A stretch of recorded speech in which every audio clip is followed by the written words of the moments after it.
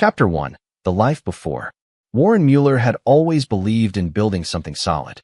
At 34, he'd spent the last decade constructing what he thought was an unshakable life. A thriving carpentry business, a beautiful home in the suburbs of Richmond, Virginia, and a marriage to Claudia that seemed picture-perfect from the outside.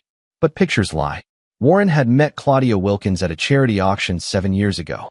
She was magnetic, auburn hair that caught the light just right, a smile that could disarm anyone, and an air of sophistication that made Warren, a blue-collar craftsman, feel like he'd won the lottery when she agreed to dinner. She worked in real estate, came from money, and had connections that Warren's working-class upbringing never provided. "You're authentic," she told him on their third date, running her fingers along the calluses on his hands. "Everyone in my world is fake. You're real." He'd proposed within a year. They married in a ceremony that Claudia's family barely attended, citing conflicts with their European vacation schedule.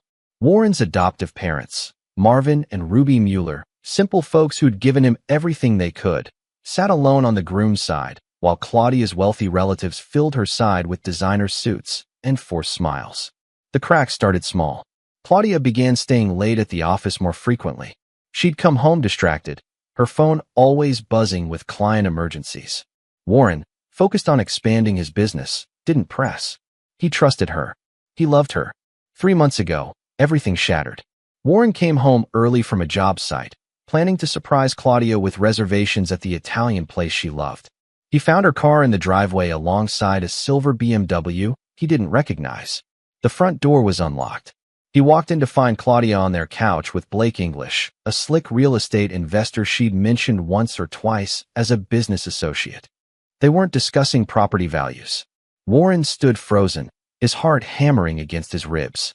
Claudia's eyes went wide. Then, and this was what killed him, cold. Not guilty, not ashamed. Cold. "Warren," she said, adjusting her blouse with practiced ease. "We need to talk." Blake English didn't even have the decency to look embarrassed. He was younger than Warren by a few years, with perfectly styled blonde hair and a smile that belonged on a used car salesman. He stood up, buttoning his shirt, and extended his hand. "No hard feelings, man. Business is business." Warren's fist connected with Blake's jaw before his brain registered the decision. Blake went down hard, blood trickling from his split lip. Claudia screamed, but not at Blake's injury, at Warren. "You animal. Get out. Get out of my house. Your house." Warren's voice came out strangled. "I built this house. I literally built it. And I paid for it." Claudia shot back, her mask fully dropped now. "Or did you forget whose name is on the deed? Whose money bought the land? You were just the contractor, Warren. A very convenient one." The divorce was brutal and efficient. Claudia had been planning it for months. Warren realized too late. She'd transferred assets, consulted lawyers, positioned everything perfectly. Her family's attorney, Carlton Larkin, was a shark who made Warren's small-town lawyer look like a goldfish. Virginia was an equitable distribution state, but Claudia had been clever. The house was in her name.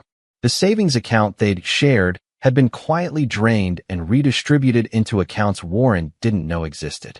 His carpentry business, the one thing he built entirely himself, became the only battlefield where he had any leverage. "Sign it over," Carlton Larkin said during mediation, sliding papers across the table. "Mrs. Mueller is willing to let you keep your truck and tools. She could claim the business as marital property, but she's feeling generous." Warren looked at Claudia across the table. She wouldn't meet his eyes. Blake English sat beside her, his arm draped across the back of her chair like a claim stake. "Why?" Warren asked quietly. "Just tell me why." Claudia finally looked at him. "Because you were never going to be more than this, Warren. I need someone with ambition. Someone going places." She glanced at Blake. "Someone who knows how to play the game." Warren signed the papers. He kept his tools, his truck, and his pride, what little remained. Everything else belonged to Claudia now. She and Blake moved into the house Warren had built with his own hands, sleeping in the bed he'd custom-crafted from black walnut. His adoptive parents offered him their spare room, but Warren couldn't bear their pitying looks. His father Marvin had died of a heart attack 2 weeks after the divorce was finalized. The stress, the shame of seeing his son broken, Warren carried that guilt like a stone. He found a studio apartment above a Chinese restaurant in Richmond's South Side. The walls were thin, the heat barely worked, and the smell of fried rice permeated everything. It was all he could afford. Warren Mueller, master craftsman, reduced to this. But he wasn't broken. Not yet. Chapter 2, Rock Bottom. The rejection letters piled up. Every carpentry firm, every contractor, every construction company in Richmond either wasn't hiring or had concerns about Warren's situation. He didn't need to guess who was behind it. Claudia's family had connections throughout Virginia's construction industry. A word here, a phone call there, career suicide delivered with a smile. After 6 weeks of searching, Warren walked into Dominic's, an upscale Italian restaurant in the historic district. The owner, a gruff man named Julio Fuller, looked him up and down. Ever waited tables? No, Warren admitted. But I'm a fast learner, I'm reliable, and I need this job. Something in Warren's eyes must have convinced him. Julio hired him on the spot. The pay was minimum wage plus tips, a fraction of what Warren used to make, but it was survival. The work was humbling. Warren learned to smile through condescension, to nod patiently while drunk businessmen snapped their fingers at him, to pretend the pitying looks from former colleagues who came in for dinner didn't cut deep. He was invisible now, just another middle-aged waiter in a city full of them. But Warren was observant. He watched people, studied them. The wealthy patrons who threw money around carelessly. The couples on dates, gauging their body language. The lonely regulars who came in seeking connection more than food. 6 weeks into the job, she arrived. Dorothy Stevens was 83 years old, elegant in the way only old money could be. Silver hair pinned in a neat bun, pearl earrings, a burgundy dress that probably cost more than Warren's monthly rent. She walked with a cane but held herself with dignity. She requested a table in Warren's section. "What can I get you tonight, ma'am?" Warren asked, bringing water and bread. She studied his face for a long moment, her pale blue eyes sharp despite her age. "The Osso Buco, please. And a glass of Chianti." She paused. "What's your name, young man?" "Warren, ma'am. Warren Mueller." Something flickered across her face. Recognition? Pain. It vanished before he could identify it. "Mueller," she repeated softly. "German." "Yes, ma'am. My father's family came over in the 50s. "Adoptive father?" Warren blinked, startled. "How did you?" "Lucky guess." She smiled, but it didn't reach her eyes. "Bring me that Osso Buco, Warren Mueller. And take your time. I'm in no hurry." She came back the next week. And the week after that. Always Wednesday nights. Always Warren's section. Always polite and courteous. They'd talk briefly. She'd ask about his day. He'd ask about hers. She never pried into his obvious circumstances, though Warren suspected she knew his story. Everyone in Richmond's social circles knew about Warren Mueller's spectacular fall. On the 8th Wednesday, Dorothy ordered the linguine.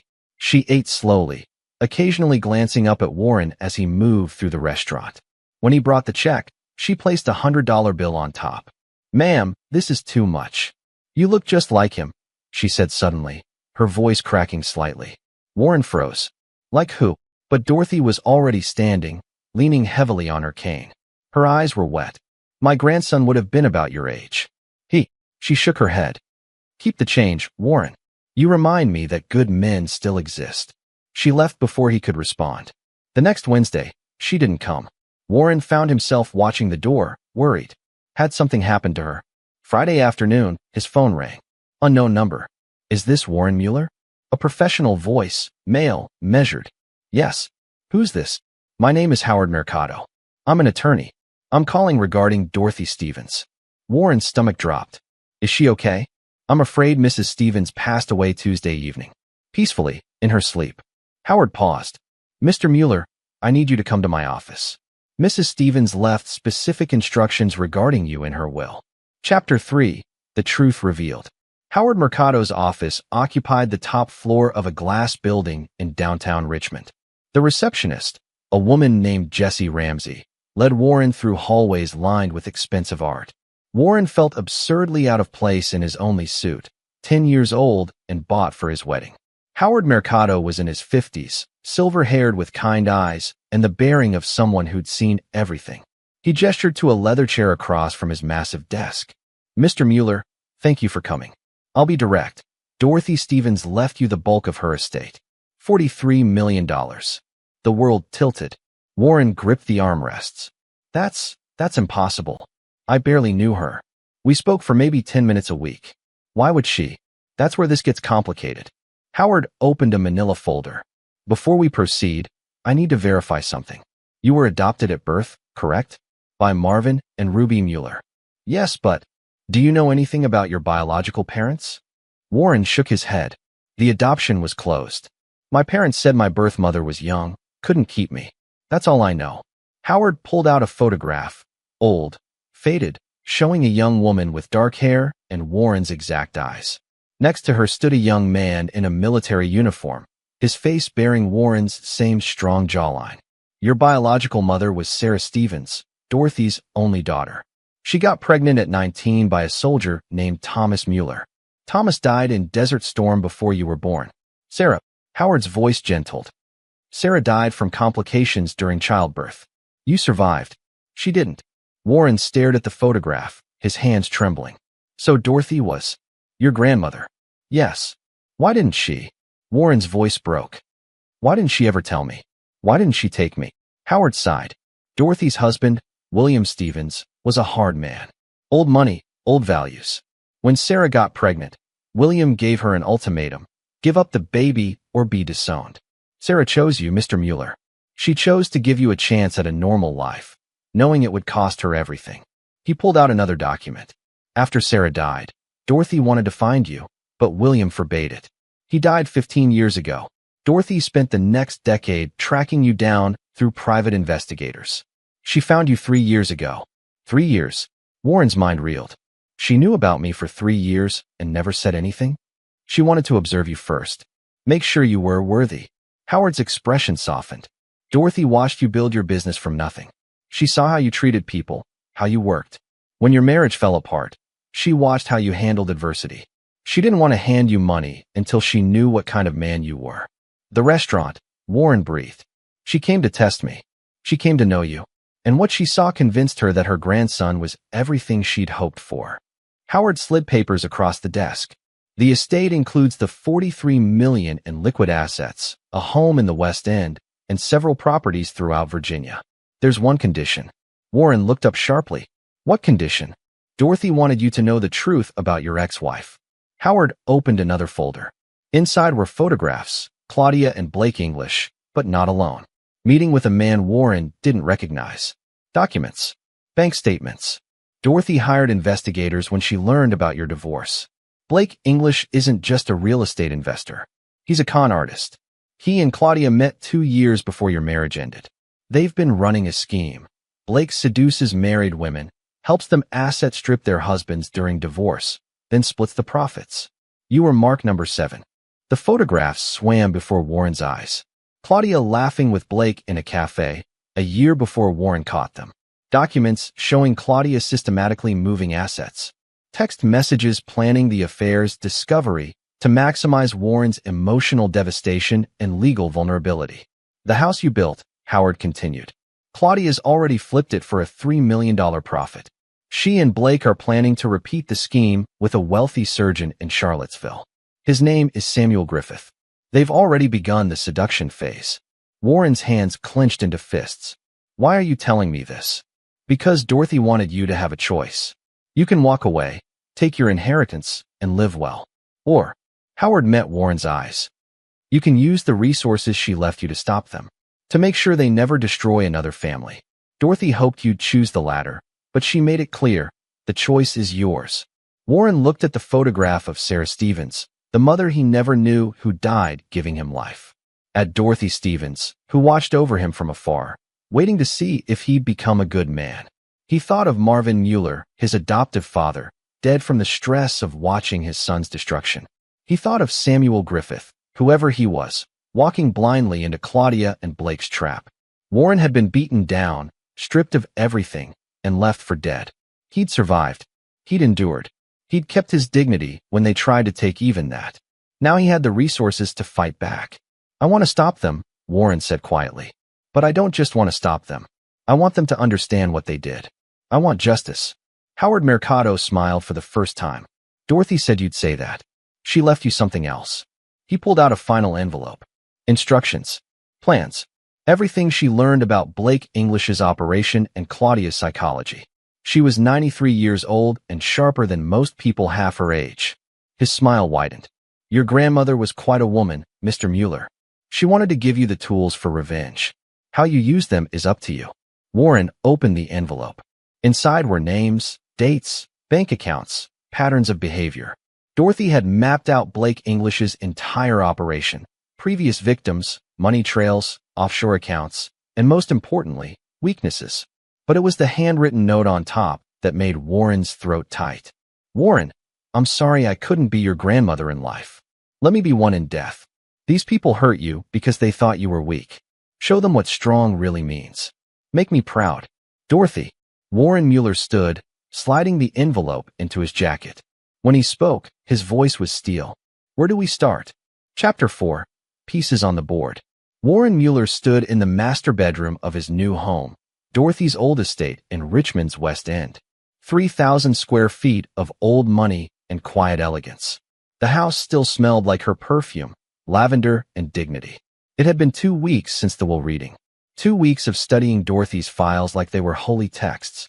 2 weeks of learning about Blake English and Claudia's patterns, their methods, their previous victims. 7 couples destroyed before him. All similar profiles. Successful men married to ambitious women who felt trapped by ordinary lives. Blake would identify the target through his real estate network, approach the wife professionally, then personally. Within months, the affair would start. Within a year, divorce papers. The husbands never saw it coming. The average take per mark, $2.3 million after legal fees and asset splits. Blake's current target, Dr. Samuel Griffith, a 42-year-old cardiovascular surgeon in Charlottesville. Married to Sonia Griffith for 15 years, 2 children. Estate worth approximately $8 million. Warren had been studying Samuel's file when his phone rang. Howard Mercado. We have a problem, the lawyer said without preamble. Blake's moving faster than expected. He's already established contact with Mrs. Griffith. They've met 3 times for coffee to discuss investment properties. Warren set down the file. How long do we have? Based on his previous patterns? 6 to 8 weeks before the affair turns physical. 3 to 4 months before he orchestrates the discovery. If we're going to intervene, we need to move now. Set up a meeting with Dr. Griffith. Anonymous tip. Tell him someone wants to warn him about his wife's new business associate. Howard hesitated. Warren, Dorothy's files give you information, but how you use it matters. If you approach this wrong, you could expose yourself to legal liability. I'm not going to threaten anyone, Howard. I'm going to tell him the truth.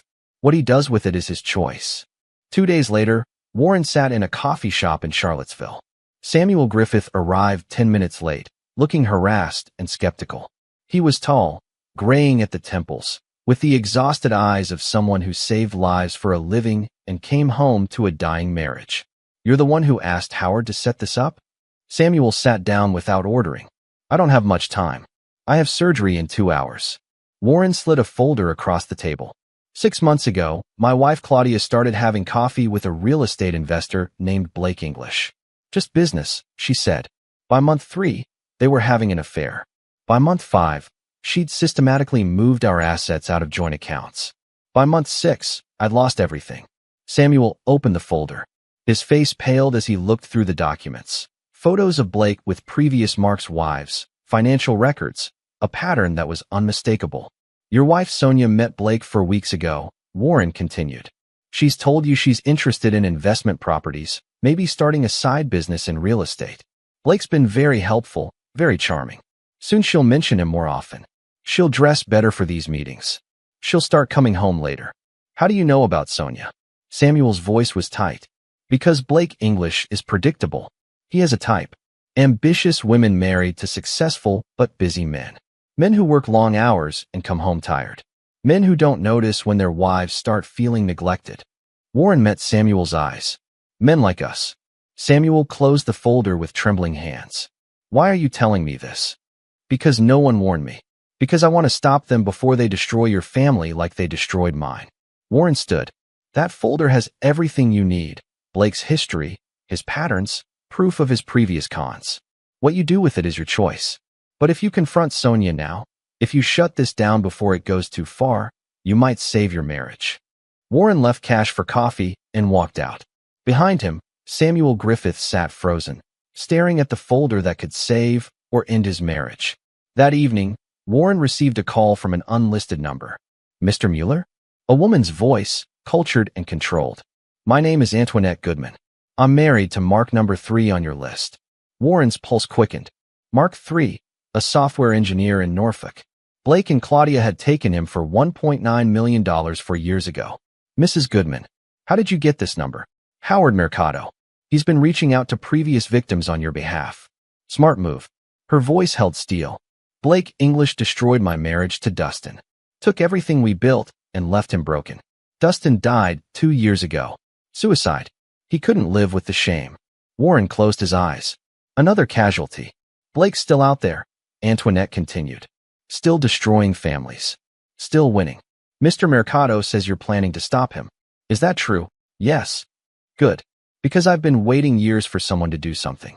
I have information, emails, recordings, financial documents. Things Blake doesn't know I kept. She paused. I want to help. And there are others. Other wives who realized too late what Blake was. Other men whose lives he destroyed. We want justice. Warren sat up straighter. How many others? I've connected with 5 so far. Howard's locating more. Blake's been running this operation for at least 8 years that we know of. Dozens of victims. Her voice hardened. We want him destroyed, Mr. Mueller. Not just stopped. Destroyed. And we want Claudia to understand exactly what she is. An idea began forming in Warren's mind. Not just revenge, something bigger. Mrs. Goodman, can you get everyone together?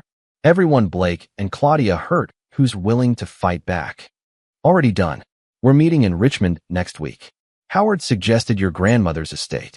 Warren smiled for the first time in weeks. Perfect. I think I know how to give them what they deserve. Chapter 5. The Architect of Downfall. The following Wednesday evening, 12 people gathered in Dorothy Stevens's former library. Each had been devastated by Blake English and his accomplices. Claudia was his third partner. He'd worked with others before her.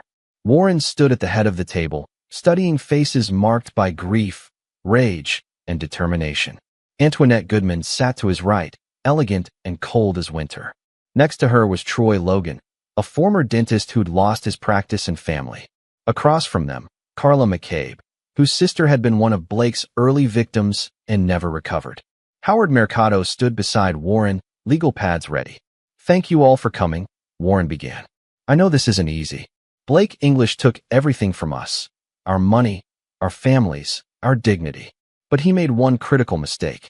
He assumed we'd stay broken. What's the plan? Troy asked. His hands were clenched tight. How do we stop him? We don't just stop him, Warren said. We dismantle his entire operation. Legally, publicly, and permanently. He gestured to Howard. We have documentation of at least 20 victims.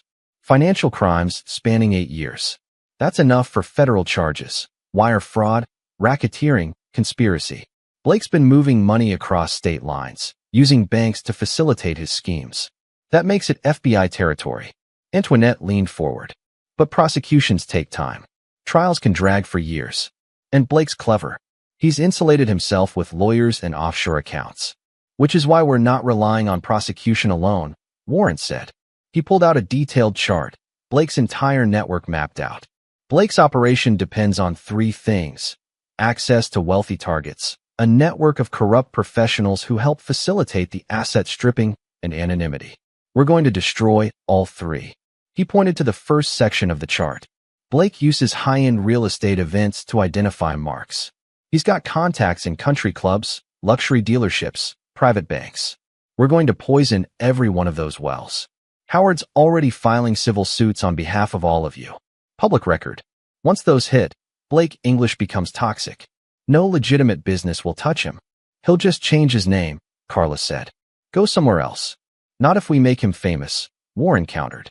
He turned to another section of the chart. Antoinette, you mentioned you have recordings? Yes.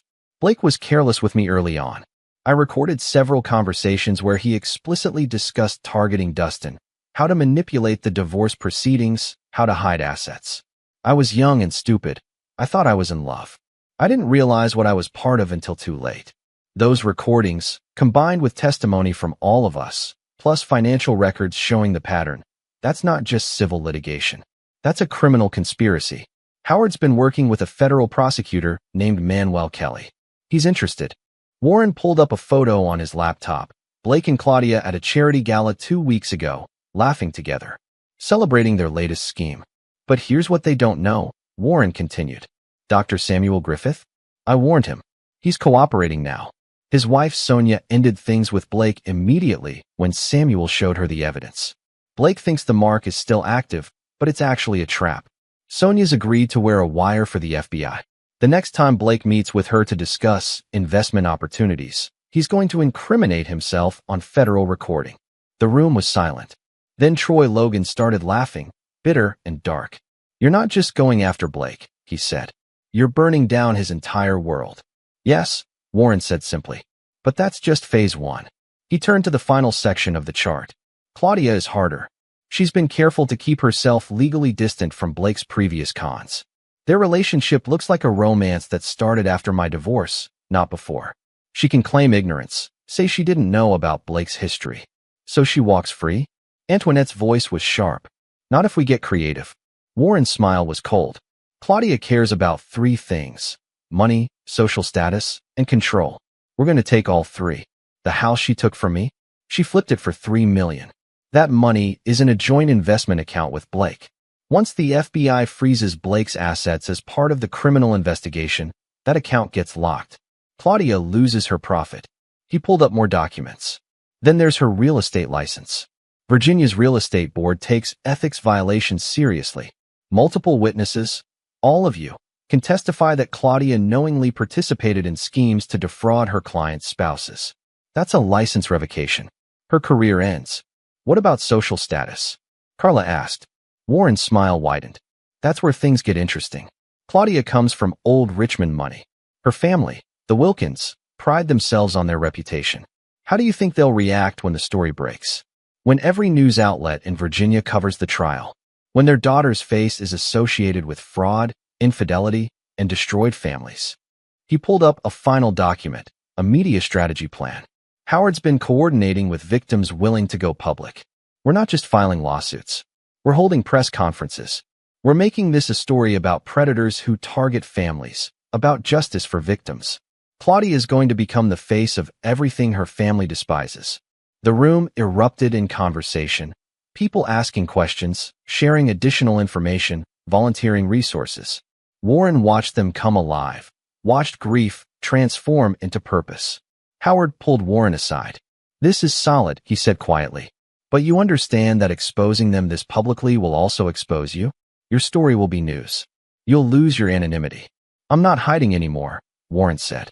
They took everything because they thought I was weak. I'm going to show them, show everyone. What happens when you underestimate good people who've had enough? Antoinette approached, her eyes wet. Dustin would have loved this. He died believing there was no justice. She squeezed Warren's hand. Thank you for fighting. We're all fighting, Warren said. That's what makes us win. As the meeting broke up, Warren's phone buzzed. A text from an unknown number. Heard you came into money. Congratulations. Maybe you can finally afford to move out of that sad apartment. Claudia. Warren stared at the message. Claudia didn't know he'd moved. Didn't know about the inheritance. She was still playing games, still twisting the knife. He typed back. Thanks. Things are looking up. How's Blake? The reply was instant. Wonderful. We're very happy. Some people know how to succeed. Others just don't. Warren smiled and deleted the thread. Let her enjoy her victory. Let Blake think he was untouchable. The trap was set. The pieces were moving. And neither of them saw it coming. Chapter 6. The Setup.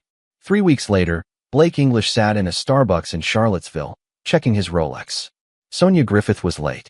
That was unusual. She'd been eager before. Punctual. Clearly unhappy in her marriage and responsive to Blake's attention.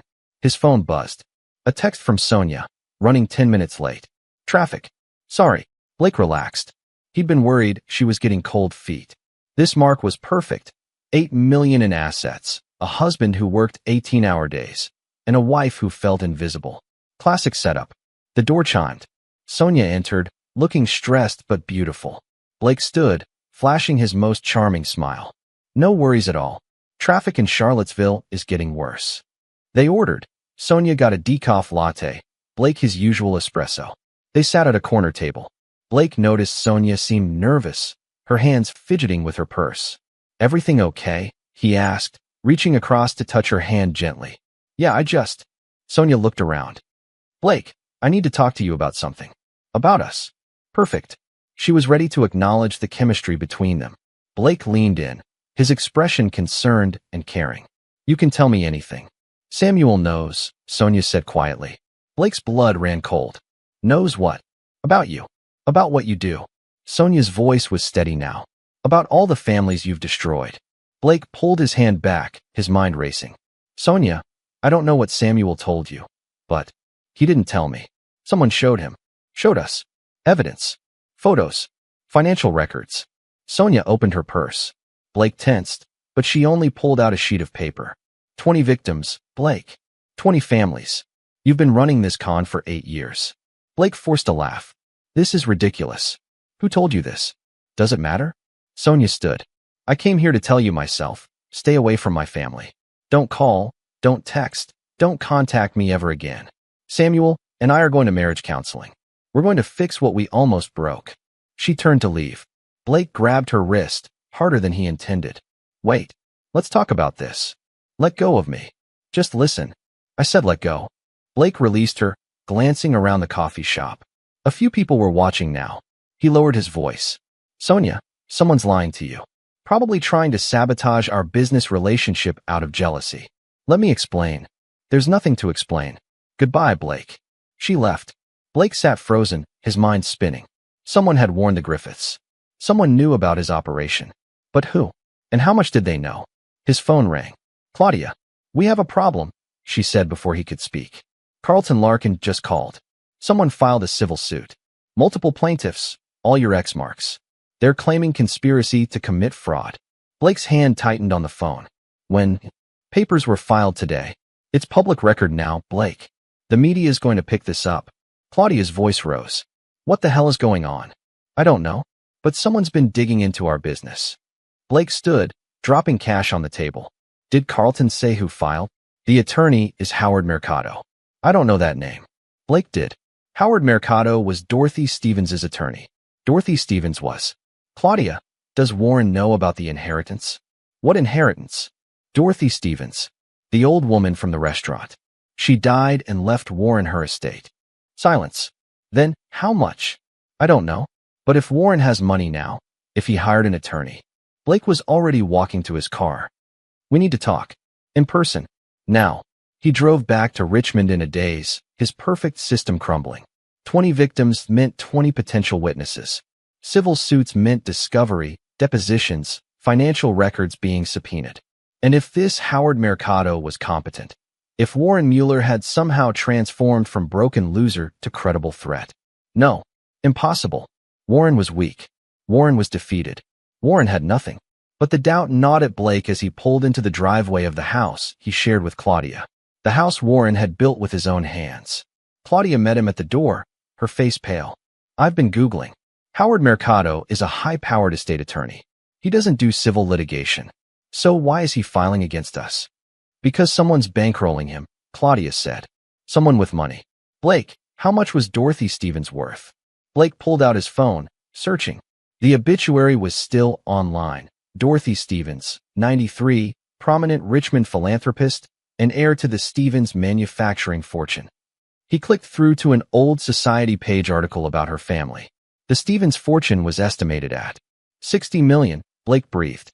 Claudia grabbed the phone, reading. Her face went white. She left it to Warren. She left everything to Warren. They stared at each other.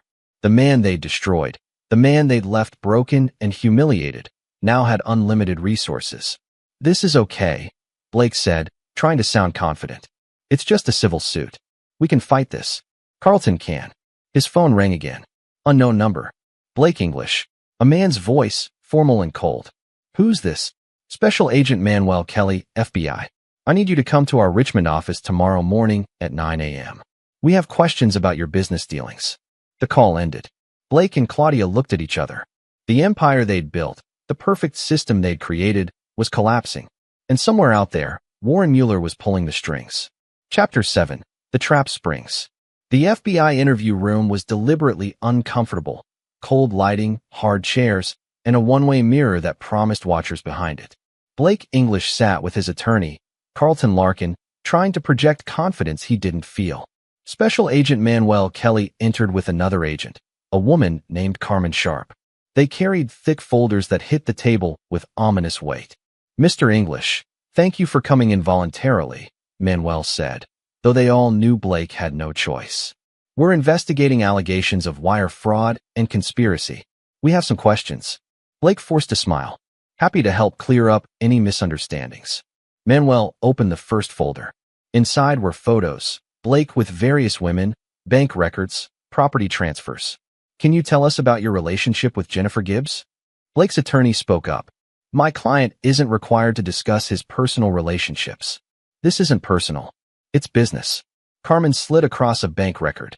3 years ago, Mrs. Gibbs divorced her husband Joel. During the divorce, assets totaling $2.1 million were transferred through a series of accounts, ultimately ending up split between Mrs. Gibbs and your company, English Investments. Care to explain? Jennifer was a client. I provided investment services. And you were sleeping with her. Carlton interjected again. That's immaterial. It's material when it's part of a pattern, Manuel interrupted. He spread out more photos. Sherry Wilkerson, Dolores Cooley, Christy Kruger, Tammy Hansen. He looked up. Should I continue? Because we have 14 more. All married women. All your clients. All divorced within a year of meeting you. All ended up transferring significant assets to your accounts. Blake kept his face neutral. I provide excellent investment services. If my clients choose to leave unhappy marriages, that's their decision. Carmen laughed without humor. Mr. English, we've interviewed 12 of these women. 8 of them have testified that you deliberately targeted them, seduced them, and orchestrated their divorces as part of a scheme to defraud their husbands. We have recordings, emails, and financial evidence. She pulled out a transcript. This is from a meeting you had with Sonia Griffith 3 weeks ago. She was wearing a wire. Quote, "Samuel works all the time, right? He probably doesn't even notice when you're gone. Men like that take their wives for granted. They don't deserve women like you." End quote. Blake's stomach dropped. That's taken out of context. Here's more context, Manuel said. Same conversation. Once you've moved your assets into the investment accounts we discussed, you'll have options. Freedom. You won't be trapped anymore. You were instructing her on how to hide money from her husband, Mr. English, while actively pursuing an affair with her. That's conspiracy to commit fraud. Carlton Larkin was sweating now. We'd like to stop this interview. My client. Your client is facing federal charges, Carmen said flatly. Wire fraud, conspiracy, racketeering. We're talking 20 to 30 years minimum. But here's the thing. We know you didn't operate alone. She pulled out photos of Claudia. Claudia Mueller, née Wilkins. Your partner. She provided cover, helped identify marks, and received portions of the proceeds. We're building a case against her too. Blake's mind raced. If they were offering him Claudia as leverage. Unless, Manuel continued, you're willing to cooperate. Tell us everything. Who else is involved? How deep does this go? Full cooperation might reduce your sentence significantly. Carlton put a hand on Blake's arm. Don't say anything. But Blake was calculating. 30 years versus maybe 10 with cooperation. Claudia would do the same in his position. Save herself. Throw him under the bus. I want a deal in writing, Blake said. Full immunity. Not possible, but substantial reduction in sentencing. You'd probably serve 5 to 7 years. Blake looked at Carlton, who shook his head vehemently. But Blake had built his life on reading people, on knowing when to cut losses. Claudia was the planner, he said. I was just the face. She identified marks, researched their finances, planned the whole operation. I just did what she told me. Carlton stood up. Blake, shut up. Right now. But Blake couldn't stop. Once the dam broke, everything poured out. Names, dates, amounts. How Claudia had approached him 5 years ago with a business opportunity. How she'd refined the system, made it more efficient. How she'd kept meticulous records of everything. By the time he finished, Carlton was pale and Blake was shaking. Manuel and Carmen exchanged satisfied looks. Thank you, Mr. English. That's very helpful. Manuel stood. We'll be in touch about that cooperation agreement. In the meantime, don't leave the Richmond area. And Mr. English? You should know that Warren Mueller is the one who brought this to our attention. He's been building this case for months, bringing us victims, evidence, everything. You destroyed his life. He returned the favor. Blake sat alone in the interview room after they left, the magnitude of his mistake finally hitting him. Warren Mueller, broken, defeated Warren, had orchestrated his complete downfall. He'd underestimated a good man's capacity for revenge. Chapter 8. The Reckoning. Claudia Wilkins sat in the study of her family's estate, the same house where she'd grown up surrounded by wealth and expectation. Her father, Melvin Wilkins, stood by the window, his face carved from stone. "The FBI called," Melvin said. "They want to interview you tomorrow about Blake English." "Daddy, I can explain." "Explain what?" Melvin turned, his voice ice. "Explain how my daughter became a con artist? Explain how you've humiliated this family? Do you understand what you've done?" Claudia's mother, Gail Wilkins, sat nearby, crying quietly. Claudia had never seen her mother cry before. "Blake and I were just—" "Blake's cooperating with the FBI," Melvin interrupted. "He's testifying against you, claiming you masterminded the entire operation. Is that true?" Claudia's blood ran cold. "He's lying. Blake planned everything. I was just—" "Don't." Melvin's voice cracked like a whip. "The FBI has evidence, Claudia. Financial records with your name on them. Emails from your account. You kept records of everything. What were you thinking?" "I was thinking Warren was pathetic." Claudia exploded. "I was thinking I deserved better than a carpenter who'd never amount to anything. I was thinking—" "You were thinking you were smarter than everyone else," Melvin said quietly. "You thought you could use people, destroy families, steal millions, and face no consequences. Because you're a Wilkins. Because you've never faced consequences before." He pulled out a folder. "The real estate board suspended your license pending investigation. The civil suits from Blake's victims name you specifically. Even if you avoid criminal charges, you'll spend the rest of your life in litigation. Every asset you have will be frozen or seized." "Daddy, please." "And the house," Melvin continued. "The one your ex-husband built. The one you sold for $3 million. That money is gone, Claudia. The FBI seized it as part of their investigation into Blake. You have nothing." Claudia felt the walls closing in. "We can fight this. We have money, lawyers." "No," Melvin said. "You're on your own. The Wilkins name has survived wars, recessions, and scandals. But I won't let it survive you. You're cut off. No family money, no lawyers, no protection. You wanted to destroy your marriage to Warren? Congratulations. You destroyed your entire life instead." Gail looked up, her voice thick. "How could you, Claudia? Warren was a good man. He loved you." "He was weak," Claudia spat. "No," a new voice said. Warren Mueller stepped into the study, Howard Mercado behind him. "I was trusting. There's a difference." Claudia stood, her face white. "What are you doing here?" "Your father invited me," Warren said calmly.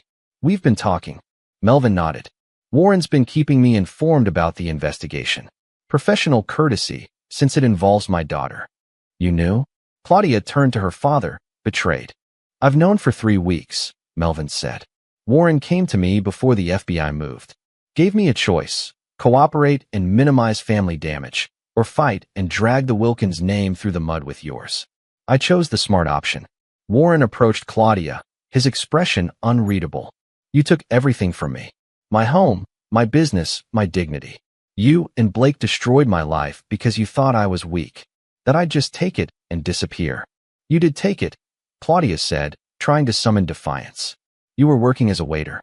You were nothing." "I was surviving," Warren corrected. "Rebuilding. Learning.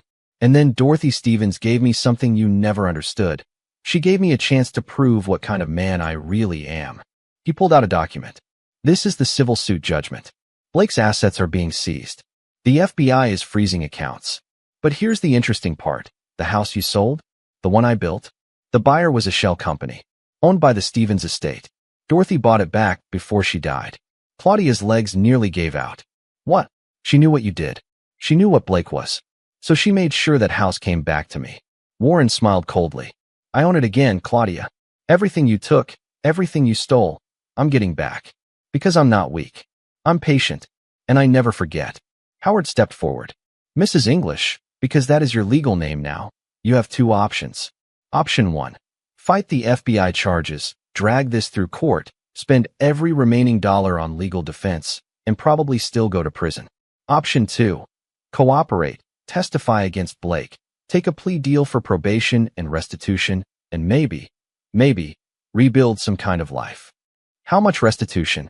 Claudia whispered. Everything, Warren said. Every dollar you and Blake stole from every victim. Your share will be about $4 million.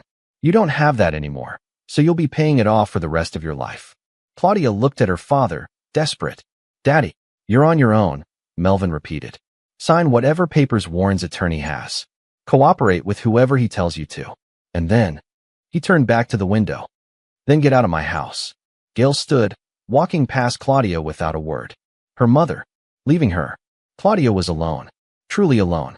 Warren watched her collapse into a chair, the fight draining out of her. Part of him, a small part, felt pity. But then he remembered coming home to find her with Blake. Remembered her cold eyes. Remembered her calling his life's work nothing. One more thing, Warren said. Blake's cooperation agreement? He's testifying that you planned everything. That he was just following your instructions. The FBI believes him. So even if you cooperate, you're facing more charges than he is. But that's a lie, Claudia said weakly. Is it? Warren leaned down. Because from where I stand, you look exactly like the kind of person who'd plan something like this. Smart enough to execute it.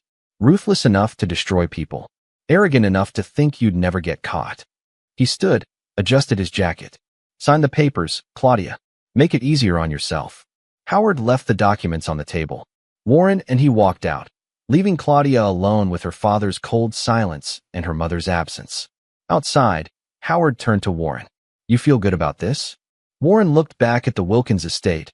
Old money, old power, old pride. I feel like justice was served. That good enough? More than good enough, Howard said with a slight smile. Warren's phone buzzed. A text from Antoinette Goodman. Blake's arrested. FBI just took him. We won, Warren. We actually won. Warren looked up at the sky, thinking of Dorothy Stevens. Thinking of Marvin Mueller. Thinking of all the people Blake and Claudia had destroyed. Yeah, he said quietly. We won. Chapter 9, New Foundations. 6 months later, Warren Mueller stood in the workshop behind his new home. The house he'd built with his own hands, now returned to him. The smell of sawdust and varnish was familiar, comforting. He was working on a custom dining table, his hands moving with practiced precision. His phone buzzed. A news alert. Blake English sentenced to 15 years in federal prison for fraud conspiracy. Warren read the article. Blake had cooperated, testified, given up everyone involved in his operation. Still got 15 years. Claudia, who'd fought the charges initially before accepting a plea deal, received 12 years with eligibility for parole after 8. Both were appealing. Neither would win. The article mentioned Warren by name, the victim who'd fought back, who'd brought down an 8-year criminal enterprise. He'd done interviews, testified at trial, become the face of the case. It had been exhausting, invasive. His privacy was gone, his story public. But it was worth it. A knock on the workshop door. Samuel Griffith entered, looking relaxed in ways he hadn't when Warren first met him. Thought I'd stop by, Samuel said. Sonia and I are heading to dinner, but I wanted to drop this off. He handed Warren an envelope. Inside was a check, $50,000. Samuel, I can't. You saved my marriage. My family. $50,000 is nothing compared to what I would have lost. Samuel's eyes were sincere. Use it for something good. Warren looked at the check, then at his workshop. An idea had been forming for months now. Actually, Warren said slowly, I've been thinking about starting something. A foundation. To help people going through divorce, especially victims of predatory schemes. Legal support, counseling, resources. Dorothy left me more money than I could ever spend. I want to use it to help people like me. Like you. Samuel's face lit up. That's perfect. Count me in as a donor. And I know others who'd want to help. After Samuel left, Warren returned to his table. His phone rang, an unknown number, but Warren had learned to answer those. Mr. Mueller? This is Julio Fuller. From Dominic's. Julio. How are you? Good, good. Listen, I heard about everything. The trial, the inheritance, all of it. I wanted to tell you. You were one of the best waiters I ever had. Punctual, professional, kind to customers. You never complained, never made excuses. He paused. You didn't have to be that good at a job you hated. But you were. That says something about your character. Warren felt unexpected emotion tighten his throat. Thank you, Julio. That means a lot. Come by sometime. Dinner's on me. Bring whoever you want. Warren hung up, smiling. He'd learned something in those months waiting tables. Resilience wasn't about never falling. It was about what you did after you hit bottom. That evening, Warren drove to the cemetery. He stood before two graves, Marvin Mueller and Dorothy Stevens, buried side by side at Warren's request. I hope I made you proud, he said to the headstones. Both of you. Dad, you taught me to be good. Dorothy, you taught me to be strong. Turns out I needed both. The wind rustled through the trees. Warren felt a strange peace settle over him. His phone buzzed. A text from Antoinette. Foundation meeting tomorrow, 10 a.m. 16 victims confirmed as founding members. This is really happening. Warren typed back. See you there. He drove home through Richmond streets, past the restaurant where Dorothy had first found him, past the coffee shop where he'd warned Samuel, past the life he'd lost and rebuilt. Warren Mueller had been broken, stripped of everything, left for dead by people who thought cruelty was strength. They'd learned the hard way. There's a difference between broken and defeated. One is temporary. The other is a choice. Warren chose to rebuild, chose to fight, chose to turn pain into purpose. As he pulled into his driveway, the driveway of the house he'd built twice now, Warren allowed himself a moment of satisfaction. He'd won, not just against Claudia and Blake, but against the version of himself who'd believed he was powerless. Inside, he poured a glass of bourbon, Dorothy's favorite brand. He raised it to the empty room. To good people who refused to stay down, he said, and to the enemies who should have known better. He drank, the liquid burning warm. Outside, the sun set over Richmond. And Warren Mueller, survivor, fighter, victor, began planning tomorrow. Because revenge wasn't just about destroying enemies. It was about building something better from the ashes they left behind. And Warren had a lot of building to do. This is where our story comes to an end. Share your thoughts in the comments section. Thanks for your time. If you enjoy this story, please subscribe to this channel. Click on the video you see on the screen, and I will see you there.